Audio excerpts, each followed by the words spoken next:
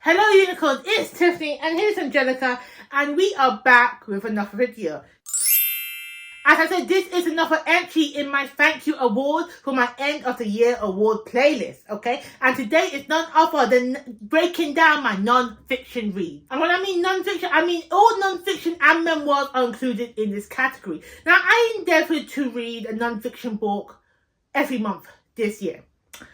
So I have got 12 books to pick from and I narrowed it down to my top 4. So, these are my top 4 non-fiction reads.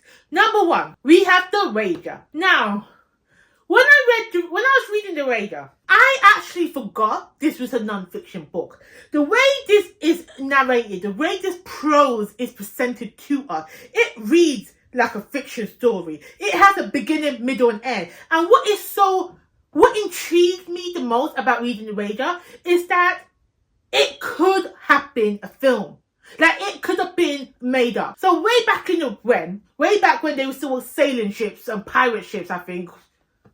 Back when. And a bunch of British people go missing. Tutus now. Around half the people on that shipwreck, or 20, I forget the number, turn up.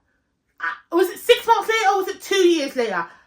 After a period of time, they turn up, washed up on a beach, and they're telling everybody about how they survived this shipwreck on a marooned island, okay? It was all over the newspapers way back in the day. It's like miracle. It was like a miracle. How did these people survive? How did these men find their way back home? It was a miracle. So they've been praised as heroes and lifted up in society. Then, Tutus now, a couple months down the line, another ship arrives with some more survivors. And they be like, them men that you thought were miracles and heroes, they're mutineers, they're murderers, okay? They turned their back on us. So we are the actual victims. No one knew what to believe. No one knew the true story. So what this book is telling us the story of what happened in that period of time where this ship was marooned, okay? Who turned their backs on who? Who betrayed who? Okay, it was filled with drama. It was filled with suspense. And what made it even more heightened is that these are accounts of real people who were on this ship. I was invested. I was involved. You know, if you ever watched that show, Black Sails, about, I think it was pre-Treasure Island, it was giving me that type of energy. Oh, I loved it. I could see it in my mind. And the narration guy did a hybrid read with this book. The narrator for this book, fantastic. Brilliant. The next one that I want to highlight that I read this year is Cobalt Red. Now, this book had an impact on me because it made me realize what I spend my money on. It made me realize how privileged I am living where I live, okay, with the access I have to certain devices, you know. When even this iPhone that I'm using to film, okay, even the Kindle that I used to read my books on, the fact that I can have these devices is all thanks to the cobalt mined in the Congo. And reading this book made me realize that I am profiting off their hardship. You know, I'm benefiting from them. And when... So certain passages in this book explain to me that certain people in the Congo don't even get to use devices like this. The fact that they're in these mines being beaten, being murdered, being molested. And people in our first world countries, what we're using to watch this video on, but we're benefiting of other people's plight. Cobalt Red is enlightening. I feel like everybody needs to read this book, or if not read this book, needs to research what is happening in the Congo as we speak with the mining of the cobalt. Because the fact that we are the ones using it, I feel like we have a duty of care to understand and know where it comes from. And if possible, help rectify it and be conscious of where we're buying our devices from, so that these businesses employing these mining conditions will do good.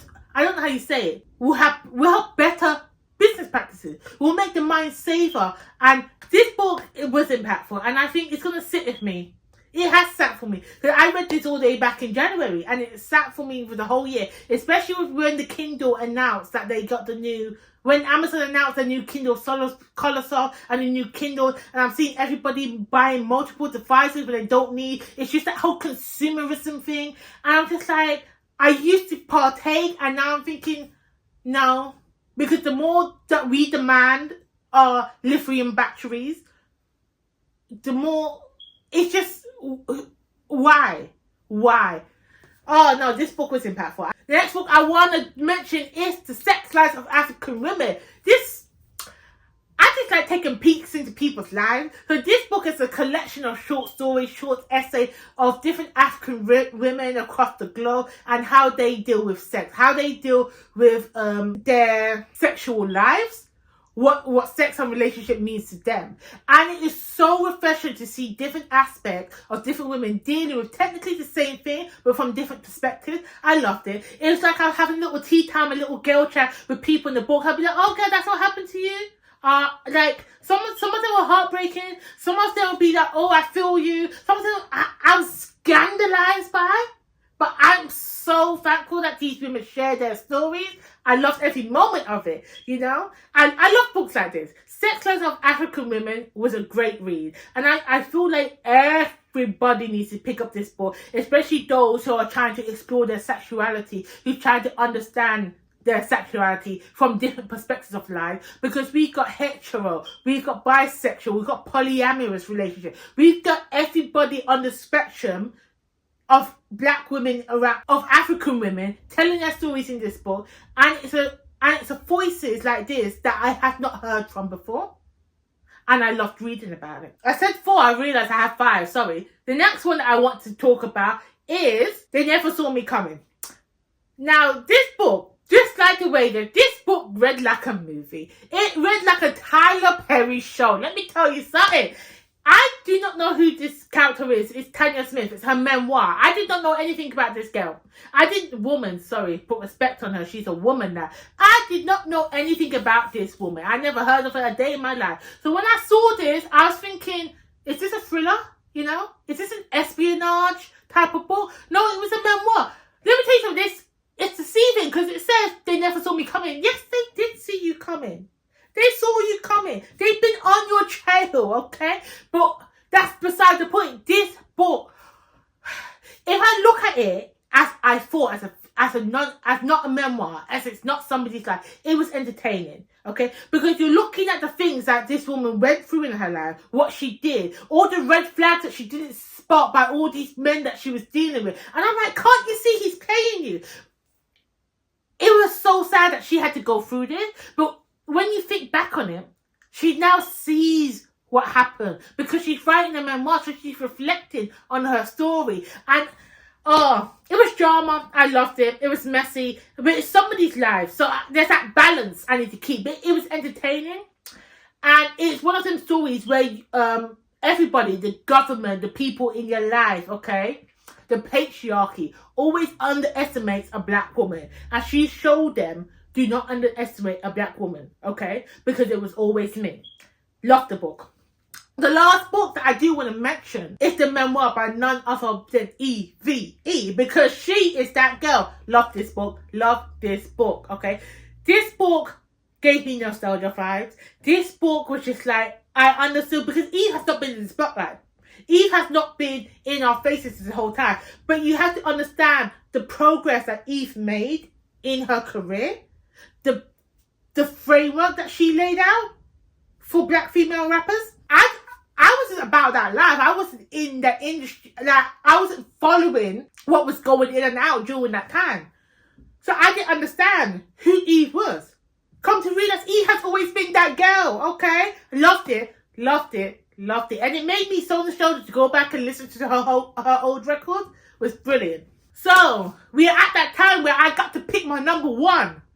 And I have to say, for enjoyment factor alone, for impact on me alone, I will have to say this goes to The Sex Lives of African Women. Because I just loved it.